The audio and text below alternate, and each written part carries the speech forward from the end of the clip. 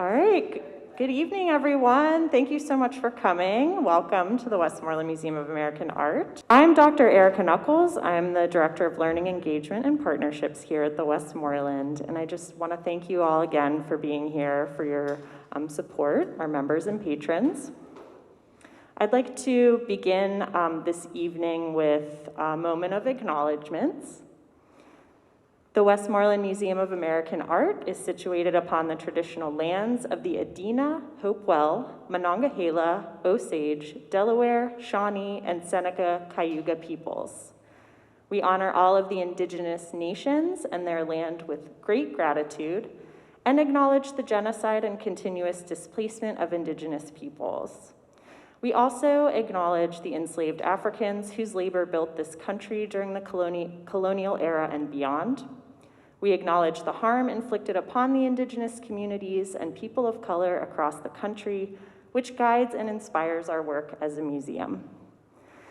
And now I would like to introduce Barbara Jones, our chief curator here at the Westmoreland and co-curator of and contributor to the catalog for the upcoming exhibition, Simple Pleasures, The Art of Doris Lee, which is opening September 26th. So welcome, Barbara. Thank you, Erica, and thank you everyone for coming. Appreciate it. Thank you, Doug, for joining us tonight. So I have the pleasure of introducing Doug Cooper. He earned his undergraduate degree in architecture from Carnegie Mellon University in 1970, and he's taught drawing there since 1976. For the last 30 years, he's focused on large panoramic murals, some of them up to 200 feet long by 24 feet high. In these, he has collaborated with other artists and local residents, incorporating their life stories into the works, often with drawings in their own hands and stories in their own languages. His most recent collaboration was a mural for CMU's Tepper School of Business, which I haven't seen yet except from the street, which I have to do. He completed in 2019 with his wife, architect quilter Stephanie Daines, and she had her work here, before the pandemic in 2019, upstairs. His murals are located around the world in Frankfurt, Doha, New York, Philadelphia, Pittsburgh, Rome, San Francisco, and Seattle. So in addition to this book, which we're featuring in the museum shop, Knowing and Seeing, Reflections on 50 Years of Drawing Cities. This is a really incredible book. I'll try not to make so much noise with it, but really, if you have an opportunity to look at it, to buy it from the shop, it's really amazing about American cities, a lot about Pittsburgh, and his work and how he approaches it. So in 2000, Doug was honored by the American Institute of Architects for his contribution of mural work to the field of architecture. So I welcome you, Doug, and welcome all your work upstairs in the McKenna Gallery. This is the first time that we've ever invited an artist to respond to our collection, especially our Scenes of Industry collection. We've had, over the years, a few artists respond to individual works in the collection. We've asked contemporary artists to write labels of their favorite works in the collection, but we've never really had a full artist response as we have now. And it's really an exceptional installation. I think a lot of you were upstairs and saw it already tonight. It's the perfect partner, I think. His work he is the perfect partner to our collection with his work. But he offers very different views to some very similar scenes. So I've got a few questions to ask, and he'll carry the conversation further, and then we want to open it up to you for questions because we really want it to be interactive, so feel free to ask questions, raise hands if you want to ask something in the middle when we're talking. So my first question, and I think will lead him into a lot of his presentation here, is what I find so fascinating about your work is the multiple perspectives and the different vantage points that you take in your compositions and that are presented there.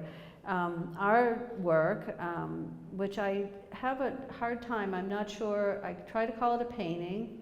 It's It's fine charcoal and acrylic, so it is sort of a painting, but it's mostly a drawing, so I never quite know how to refer to it, but it's called Steps Down from Mission, and it takes you on a dizzying journey through Pittsburgh neighborhoods. And so my question is, these are not actual views, correct? These are composites. And how did you arrive at that compositional decision, you know, for all of these different approaches you take to the subject? I'm going to start with this pair of drawings right here. And they go back to my childhood, and so obviously they're recreations. I don't have the original drawings. The one on the right, as you view it, was done by my best friend, a guy by the name of Toby McCarthy. And Toby and I got into a huge fight about these two drawings of airplanes. These were done right around the time of the Korean War. And you can kind of tell with Toby's airplane with the turrets shooting all of these bullets around and about. This fight started in the second grade classroom and went back and forth down the row of the classroom because each of us thought our own drawing was better. I had just been shown by my sister something about perspective. And so I did this view that shows the wings. And to me, this drawing was utterly thrilling. It seemed to be flying right out at the page at me. And I'd never been able to do anything like that, but it just had that sense of presence as I did it. Toby's was drawn like this as a kind of composite view. And he said, well, your drawing might look like it is flying, but it really can't fly because it doesn't have all the parts. Because my drawing had kind of 1.5 wings.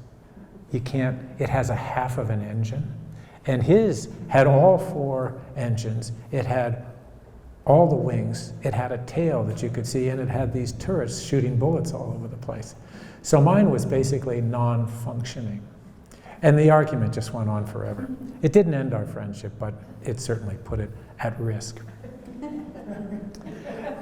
And most all of the drawings that I've done in the meantime have been directed at trying to put these two together. A kind of union of the two.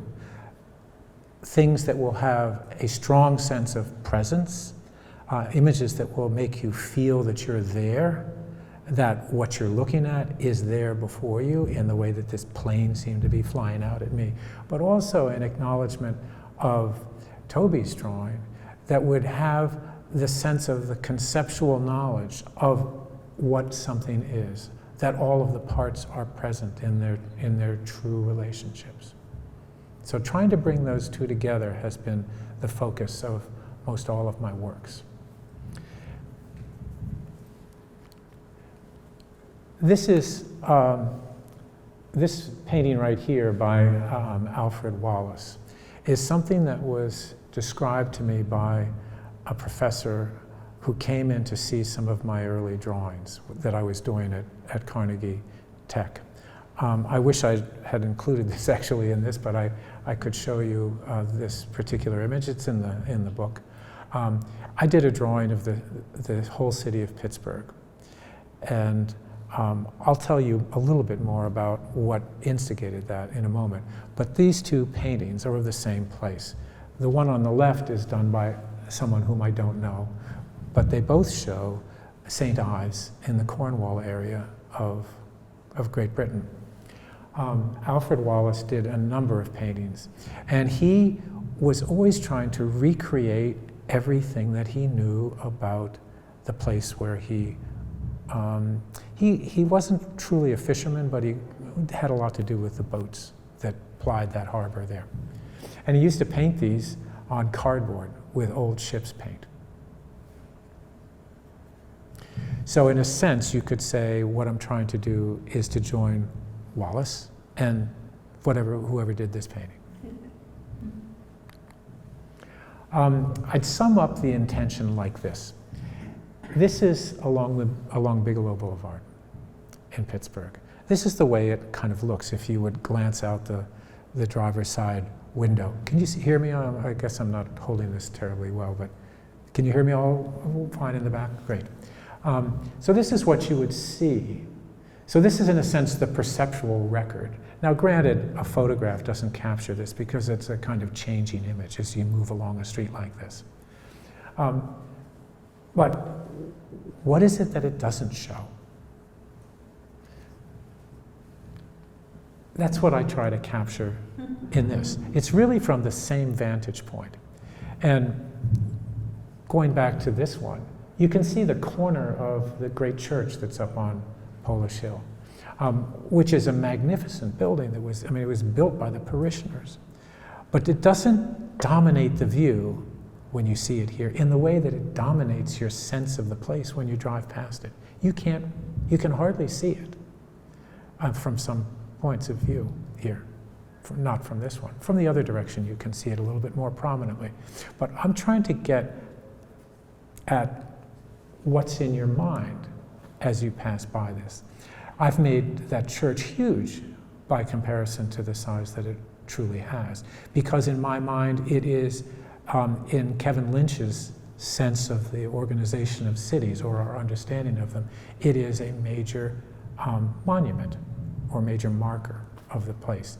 You think of Polish Hill, you think of that church, and you organize your sense of the entire city, of that entire neighborhood around it. It has also map-like qualities, which is an important element. If those of you who know Polish Hill, if you would turn left at this corner and descend Heron Hill, you go down this winding hill, this winding descent that takes you all the way to the old Iron City Brewery down at the bottom where it crosses the railroad tracks. And that's all in this view, that sort of map-like sense. When I came, when Barbara invited me to do a show here, I obviously know I'd been here at the Westmoreland on a number of occasions, and this painting by Rosenberg had always been one of my favorites, along with, of course, all of the industrial landscapes that really speak to what has always fascinated me about the city. And this particular painting has always fascinated me because of the fact that it's still there. It's an unbelievably diminished building. It's kind of, much of it is gone, but the steeple is still there. But the neighborhood has gone up and left. And it left quite early, beginning in the 40s, in the creation of Terrace Village, that whole area was re-landscaped. And so you can tell from this painting of Rosenberg's that there was a large neighborhood around it. It was granted a hilly neighborhood, not so immediately proximate, but these folks that are walking up that street on the left are going somewhere. That street doesn't even exist except for a little dead end, and it doesn't go anywhere. And so I love this painting, and when Barbara invited me to do a show here, I thought, well, were I here at the same time Rosenberg was here, and had I been inspired to do this church, how might I have done it? How might I have gone about it, doing it? And what would that say about the way I understand the city around me and the way Rosenberg did the place? Because he was very familiar with this area. He lived right near there in the Soho district of Pittsburgh. And so Rosenberg is focused on the perception of this moment, I think. The people coming up the street. If you look at the image, the south side slope kind of rushes out at you. It has an almost kind of photo-like feel for space. It's kind of as if space has been collapsed into one plane. My sense, had I been there, that I would want to show is that church, but also where it is. I would want to show the moment, kind of picking up on my, excuse me.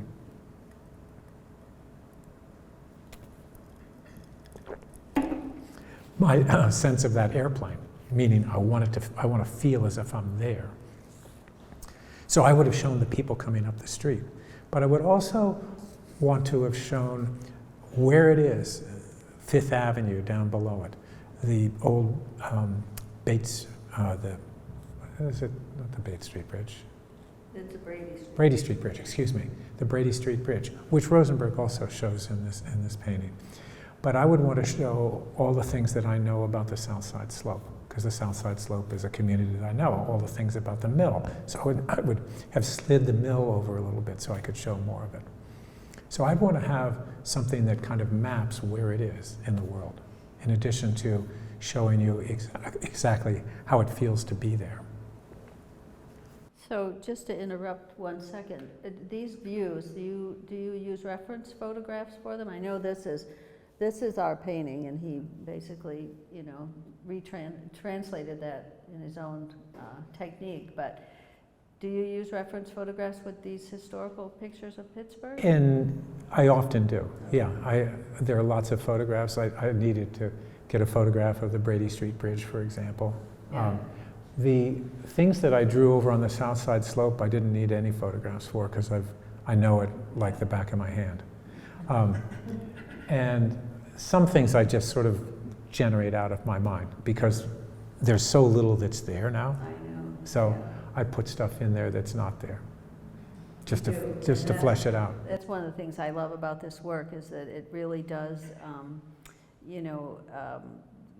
keep that rich heritage of this region alive in contemporary art. And I think that that's another fascinating thing I think about your work, is that the artists of the early 20th century that stayed in Pittsburgh and celebrated industry, that sort of, all that industry is gone. I mean, there's so few things left, and so your work revisits that and I think celebrates it.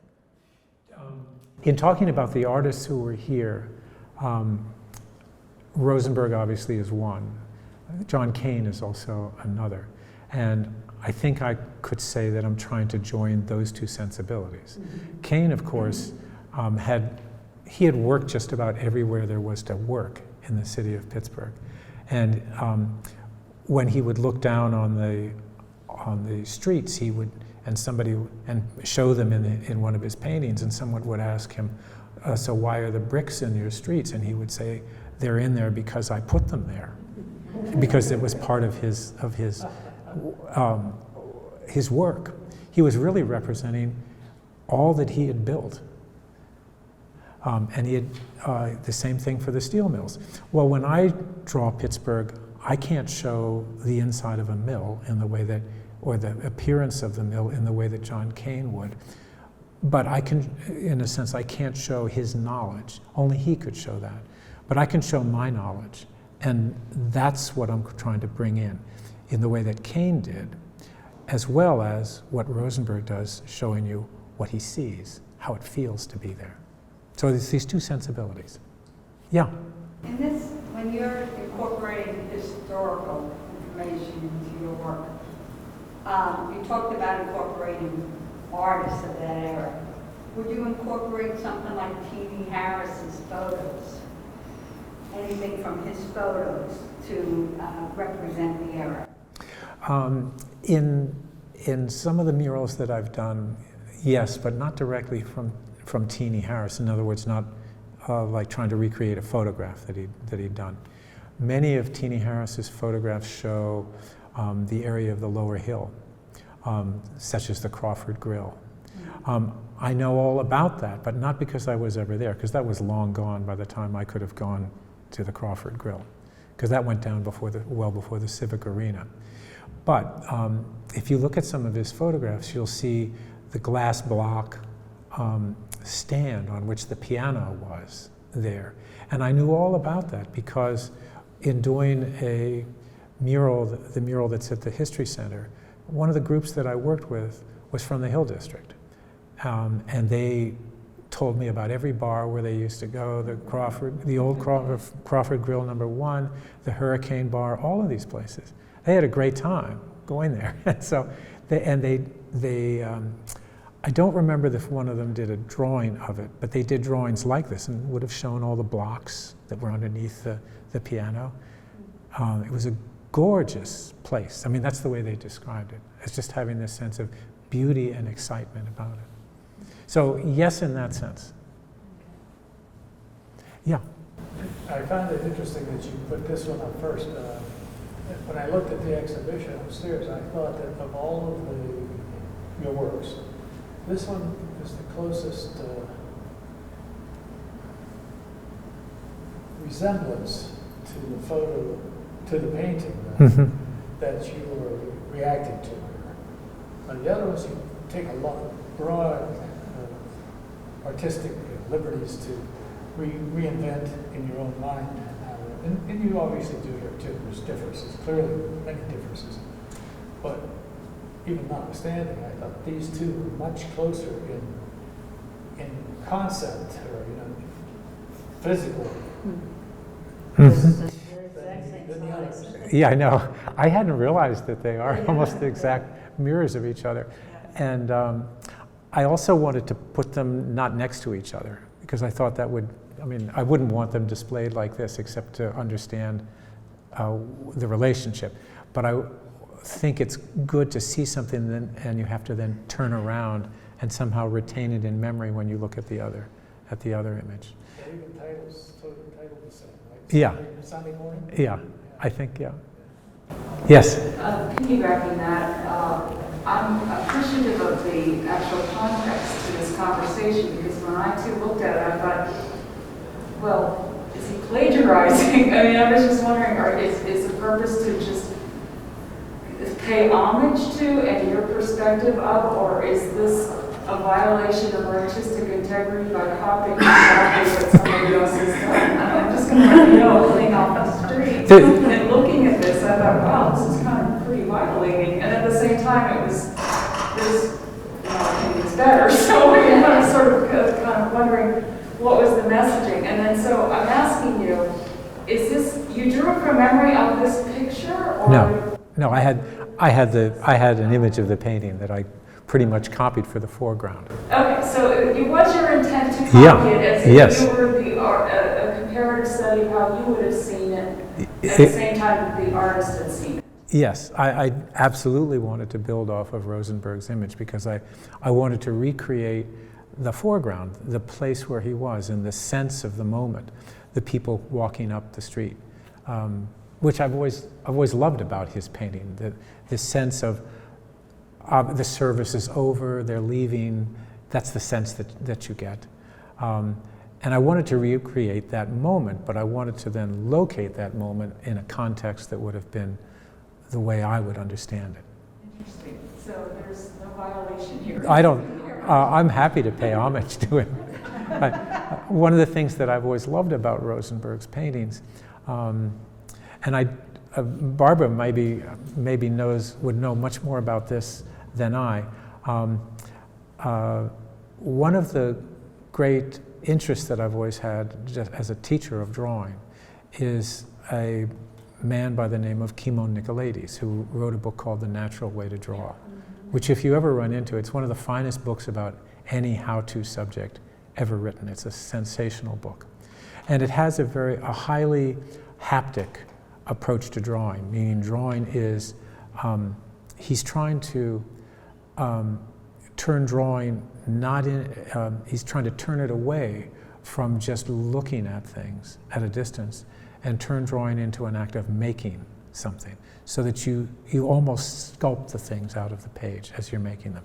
And what attracted to me about his pedagogy was I always felt that this was very appropriate for architects because they have to make something. It's not just a picture of something, a phantasm, it's meant to be something that is actually made. And that's the whole character of his pedagogy. Well, Rosenberg went to New York, and I know he went to the Art Student League not to study, but to a lecture there. And that lecture was very important to him, to the direction that his career took. It turned him in the direction of looking at the cityscape as something that was a kind of unique American experience. And that became then the focus that led to paintings like this, because this is well after that time period. And Kimmo Nicolaides taught at the Art Student League, and I always wondered, did Rosenberg bump into him, or did he bump into his pedagogy at all? Because most of his paintings, this less so than most, have a highly textured feel to them. I don't mean in the brushstrokes, I mean in what fascinates him about the architecture. He always makes the clapboard siding really kind of jut out at you. And he's fascinated by the road textures, this sort of moving of surfaces. And that's something that has fascinated me always, and that I always try to bring into my own drawings. There was a question over here. I love your entire exhibition, but this is my favorite, the juxtaposition of these two. And I'm fascinated, ever since I saw your work initially, by the, I don't know whether to say the lack of perspective, or the twisted perspective, or the accurate, I'm not sure what it is. It's all of And the those way you things. have gotten this vertiginous feel to this one versus Rosenberg's is just amazing to me.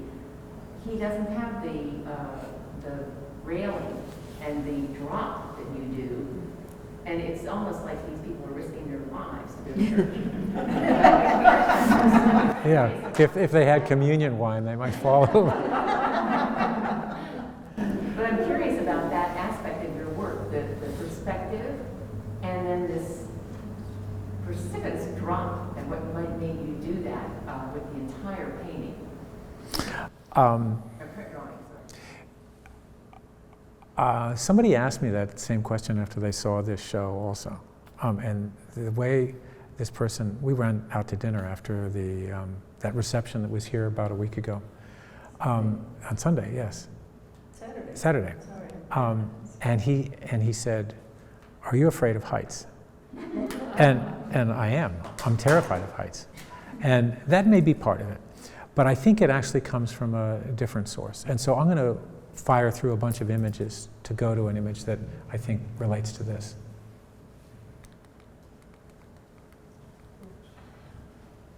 So this is a mural by Lorenzetti. This is the,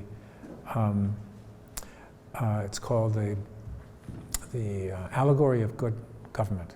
It's in the city of Siena. It's in the Palazzo Pubblico, there. And when I was going to Carnegie Tech, I was given it was a drawing course that was taught to architects, and it was taught by a sculptor. It's actually the only drawing course I ever took, because we didn't really study drawing in architectural school at the time. And it was taught by a sculptor who walked in on the very first day of class, and he said, "Okay, folks, I want you to do a drawing that shows everything inside this room and everything outside it as well." And our heads were kind of spinning. And then he left the room. And he came back. He said, "I'll be back in a week to see what you've done." Well, it threw everybody for a loop.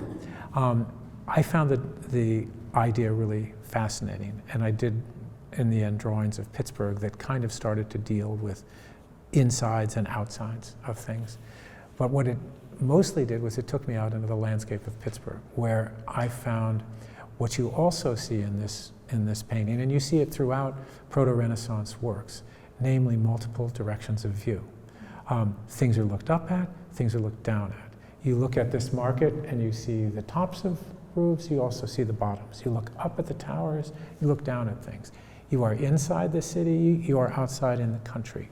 There are hilarious things in here too. It shows the pigs being brought to market, and they're all happy, they have smiles on their face, because it's the allegory of good government, so even the pigs are happy in the city.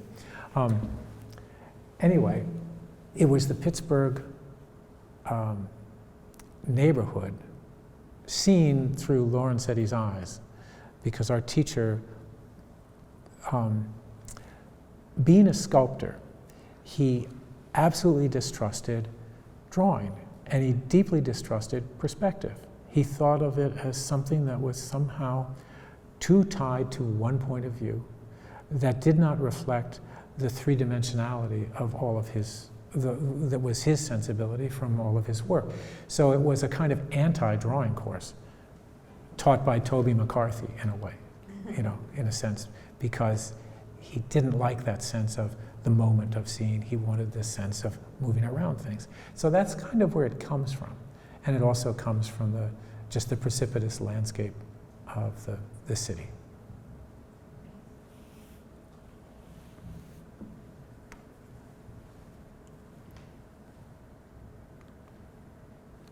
This is one that I did. It's upstairs within the show.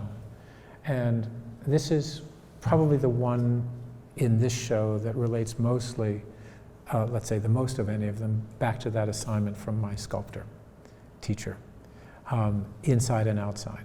So it shows the area underneath the McCardle roadway as it leads up past the church, the St. John the Baptist Ukrainian Catholic Church, and then up to the Liberty Bridge. And there's a homeless community that's underneath that bridge. And so I wanted to handle this in such a way that it showed both being up on top of the bridge, going through the bridge itself, driving through there, but also showed what is underneath it. So it's meant to be an inside and an outside, all in one image. Those kinds of images are a constant in Proto-Renaissance paintings. You see inside the castle, you see the Duke conferring with someone, and then you see the battle that's going on outside of the castle, all in one image.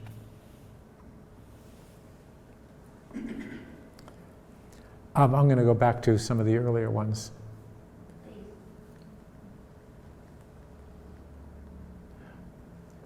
So I wanted to pick up on this idea of map and image.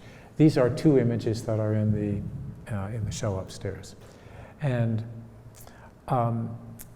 thinking back to this idea of appearance and conception, or perception and conception being joined, it led me to doing maps that are somewhat like this. Now this one here has more of a foreground. This one over here has almost no foreground except for these several houses that are over on the left side, left bottom corner. But they're meant to show, if you were here at this foreground, what might be around you and what do I remember about that place. The person who bought this drawing here, it wasn't that I put it in there so that she would buy it, but her house is in there and her cat is in there. She had this nice cat that is now dead, but I put it in there because when I thought of that part of the city, I thought of her and I remembered the cat. So it's just this kind of chain of memories that are put together. Somewhere in here is something about my grandfather, who used to work at the Union National Bank, and during the Great Flood of 1937, he had to, along with my mother, iron all of the bills that were down in the basement because they'd been soaked. So something of that is in here. So this is a map of things that I recalled about the downtown of Pittsburgh while I was making it. So it's a kind of way of recording. I have a photograph of that flood, before and after, panoramic. Yeah, and those photographs when you see the boats plying through there. It's not in here, but there's a wonderful story that was told to me by a woman who came to Vintage in the East Liberty part of the city. This was a senior social center that I worked with when I did the mural that's down at the History Center. This was many years ago in 1992. And she was a survivor of that flood. And she did a drawing that showed everything that she remembered about the night when she came home, and she asked her neighbor, how high up is the water going to come? And he said, well, I don't think it'll come that high. She went to bed, and she woke up in the middle of the night and heard this braying of cattle.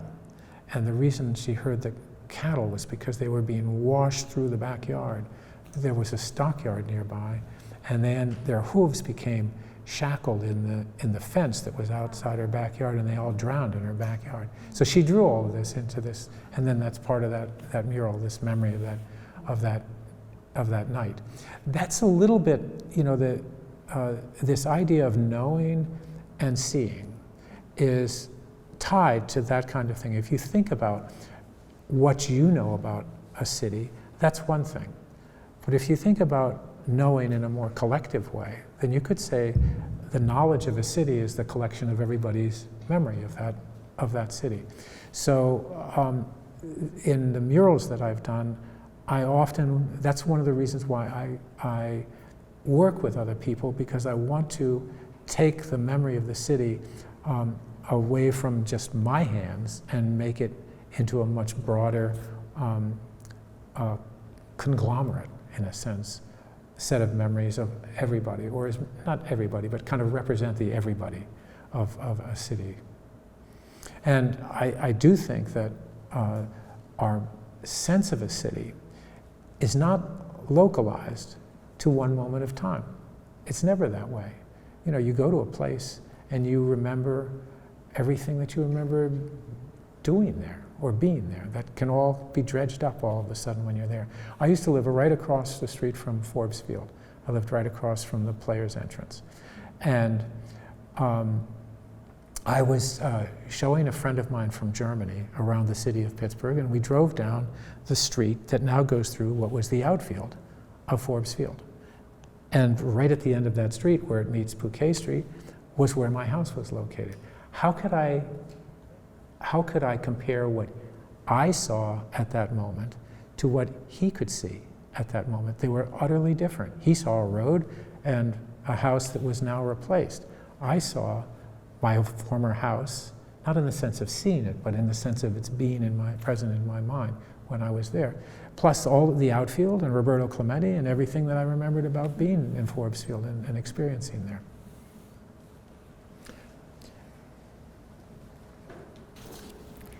Well, you can keep on going because you're doing well. Okay. You're answering my questions, so I don't have to ask them. So sometimes I increase the size of the perceptual part of it, which is kind of what this is. This is up there, and it's a kind of sweeping view. It's semi-fictitious. This is Sterling Street right here. And some of them are there, some of them aren't.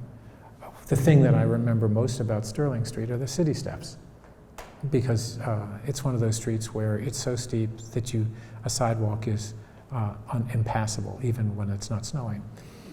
And so I wanted to show that. But I wanted to also show the inside of something. So you can see over there a kind of map-like depiction right here. It's a sectional view, a kind of an architectural view, like a dollhouse. And down here is the inside of this mill, right here. And I didn't put this part in a very detailed way, but I did hear lots of stories about the inner workings of the J&L mill, because I worked with some former steel workers when I did the mural down at the History Center. So I have stories of accidents, things that happened there in the mill, and they're all, in some cases, drawn by the people who experienced them. So think of it, you could think of this idea of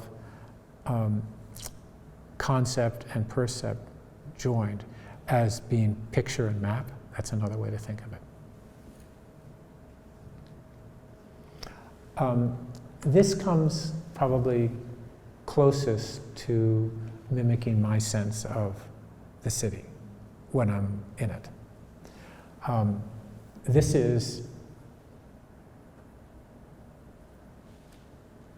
St. Joseph's here. I think the name has been changed now. The Catholic Church right along Liberty Avenue. Here's Liberty Avenue. That's the Bloomfield Bridge, the old one. I can't stand the new one. And here's Polish Hill, right here, and there's the church.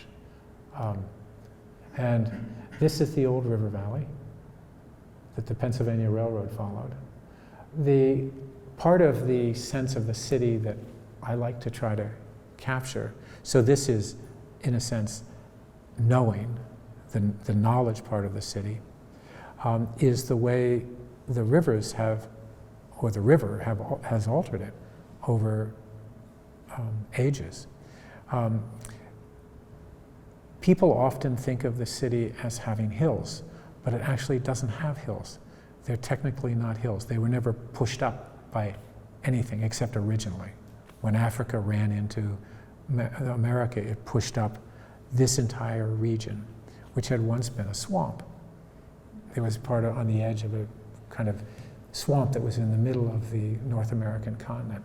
It all got pushed up, and then it was gradually eroded. The rivers at one point, up to about 1 million years ago, flowed in different directions. The Allegheny flowed in part northward into Lake Erie, and the Ohio didn't turn and go southward towards the Mississippi. It flowed up what's now the Beaver Valley into Lake Erie, what's presently Lake Erie. The glacier then moved south to about where the Moraine Park is and blocked all of that. It dammed it all up, and that ended up turning the rivers around. As they gradually eroded, the landscape was eroded almost like, in a sense, the Grand Canyon, not anywhere near as dramatically, obviously, but in levels, in shelves. And Pittsburgh is actually made out of plateau shelves. That's why it looks the way it does. The heights are all the same at the tops. They're all the same height, basically. And then there are all of these mid-level shelves. Polish Hill is one of them. Oh, I didn't show it in this one. But on the other side is Troy Hill. That's a shelf. The whole Bloomfield is another shelf, a little bit lower. So I do try to show something of that knowledge of the place in the images. Yeah. How long does it take you to do one of these? That's probably about a week or so. Really? Do you sleep? I listen to great stories. I mean, books on tape are wonderful, or books, audio books. So I So listen did to you them. say a week or a year? No, about a week. A week. Oh, jeez. Yeah, a week. I'm sorry. Yeah. Yeah. Yeah. Do you ever go back and remember something else and fill it in or change it or erase and backfill something else based on alternative memory? Or do you have it as a fixed concept? It's something you want to just map as you see it in that moment? A little bit of both. I mean, there are times when I just go until my memory is exhausted. But there's a lot, in some of the more map-like images that I've done, if you go down to the History Center, there's one image that is a map, in a sense, of the Hill District. And that was generated from all of the memories of the people that I worked with. The Crawford Grill's in there, one guy who took a walk on the day after Martin Luther King was assassinated. He's a white guy who took a walk all the way through the Hill District because he wanted to somehow be present and not in that moment. There's the memories of the former center fielder of the Pittsburgh Crawfords, who used to live there, and all of the memories that he had of the Hill. And those are often paste-ins. It's a collage. And so I will take the drawings that they did, I will enhance some of them, or I'll add things of my own into them, and that's all. It's very textured. I haven't done that as much lately. There have been times when I think I'd like to get back to that, because it is a little bit less predictable or less known at the front end, and does engage more what happens along the way. Yeah. You just made me think when you were talking about getting back to something. I don't know if it was a concept archaeology, sometime several years back I saw some of your work where you had built stairs out from the surface of the drawing, like a 3D, they came into the space of the viewer. What made you get into it and what made you get out of that? In some ways I got out of it because of the weight. The heaviness of them. They're in this book here, and I don't have them here in this slideshow. There is an image of a mural that I did in Qatar that is layered. It's about 6 layers thick of medium density fiberboard. And some of those panels weigh about 300 pounds that we hefted in. The reason why it had those layers, and it has a set of stairs that lead up to a minaret. The reason why I moved to that was because I was trying to depict something about the place. I was invited to do a mural for Carnegie Mellon's university building over at University City in Qatar. And at first I thought, I should decline this, because I couldn't imagine that working in the charcoal would be in the least bit appropriate to a desert setting. I just thought it was not going to be a fit. My daughter is a photographer. She lives in Sweden. She's a Swedish citizen. And she and her Austrian colleague have this, they've built a career in photography, an amazing career where they go to places like Kyrgyzstan and photograph people that they meet there, and they try to embody all of the stories of the place. They're sensational photographers, and they are able also to build in Photoshop these amazing representations of the land. So I thought, maybe I could work with them.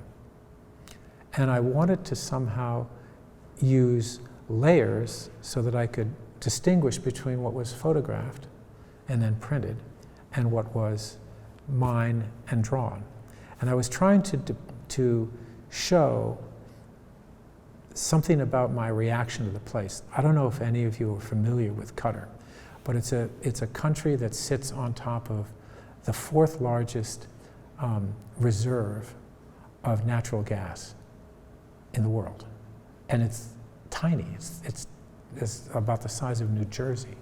And it sits right on top of it, or it's in its waters. And so it has suffered from the same forces that affect places like Saudi Arabia, affect places like the Arab Emirates, etc., that they are so rich and the place is so changed. So what once was a place where people came only seasonally because the fishing was good there and the finest pearls were there as well. A place that supported maybe 10,000 people maximally, and then only seasonally, to a place that now has several million people, most of whom are from somewhere else. Because all the workers that come there from the Philippines, who clean all the apartments, or the Nepalese and the Pakistanis who build all the buildings, the place is just a place in hyper change. And so I wanted to depict the present with my drawing, kind of erasing this traditional background setting. So the photography showed the traditions of the place. And we went out into the desert and took photographs of people, took photographs of falcons, horses, sand. It's a beautiful place. The desert is a gorgeous thing, and I wanted to show something of the dynamic of the place. And that turned it into layers. And that's why it became three-dimensional and came out, to show something in the foreground that was erasing something that was in the past. But they're really heavy, and I just couldn't lug these around in my studio for too long. It is, sorry, it is here in the book, and I was going to turn it around and show it, but you can see it without making too much noise with this microphone. And you can see all the layers. It looks very heavy, yeah. But it's great that the 3 dimensions. It took 3 of us, or 4 of us, to lift some of those, 2 Pakistanis plus my friend Ross and me, to lift them into place.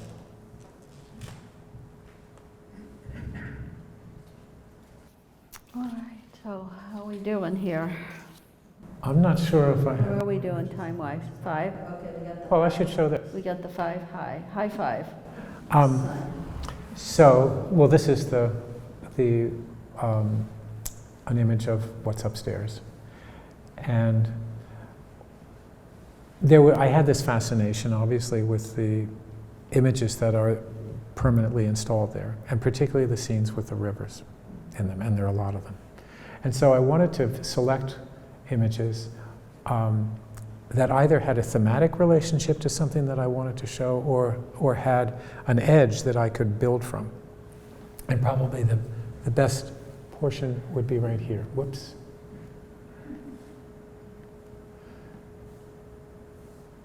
Right here.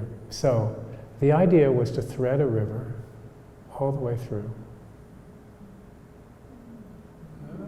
and then have it kind of enter this, and then drain out here, and then go like that. So that it would be a mural that would pick up on some of the attributes of the permanent collection here, and then take it for a drive, so to speak.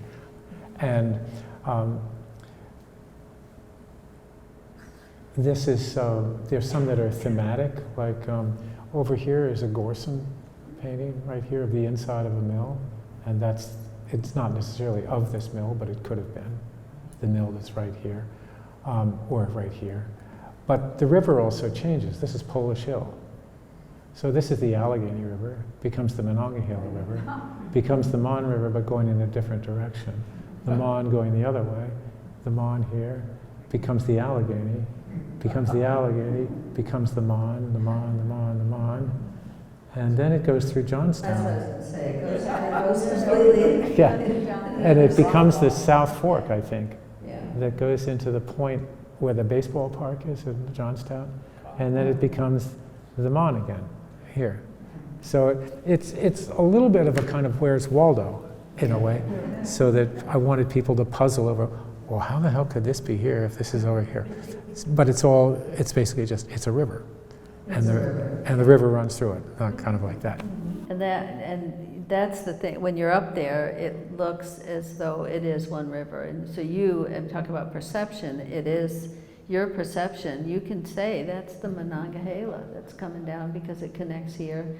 And that's what I love about, a lot of these are new paintings, drawings that you made for this exhibition, and the way that it all came together as a puzzle. I mean, it really was. And Doug was really impressed because this Doug, our Doug, was impressed because this Doug made a complete wall layout, and to install this exhibition was so easy. You just looked at the paper and you put it up in the spot, and it really didn't take any kind of juggling or anything. So they were, he and our preparator were very impressed with it. That's the architect.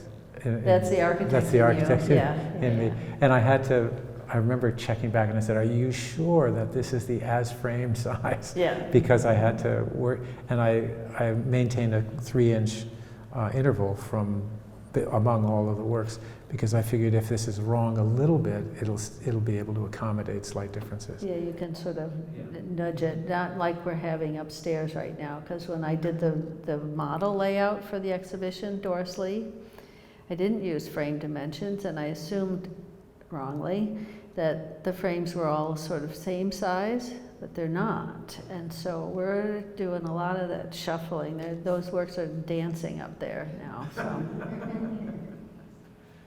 There was a question over there. Yes. You may have answered it. Oh. I was asking, did you take measurements of the canvases prior to laying it out, or did you just happen upon clearing the wall and making yours fit and then putting out the pictures? I started really from a couple of paintings that I liked and I thought I could work with, and I didn't end up using all of them, but I looked for ones that had a river that exited.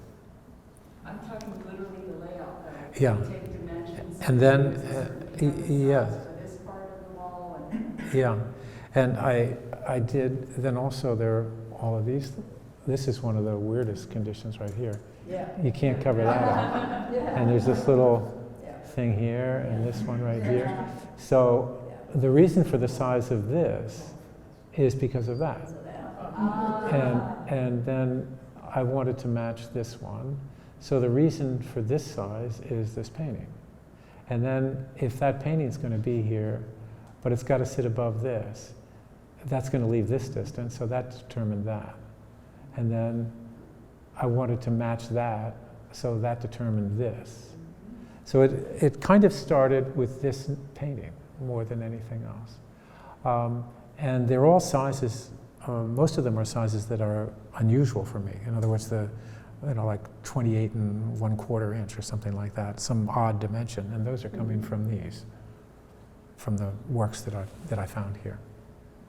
Yes? Two things. Number one, isn't that how you set up a mural anyway? It's like everything. Yeah, you start from the place.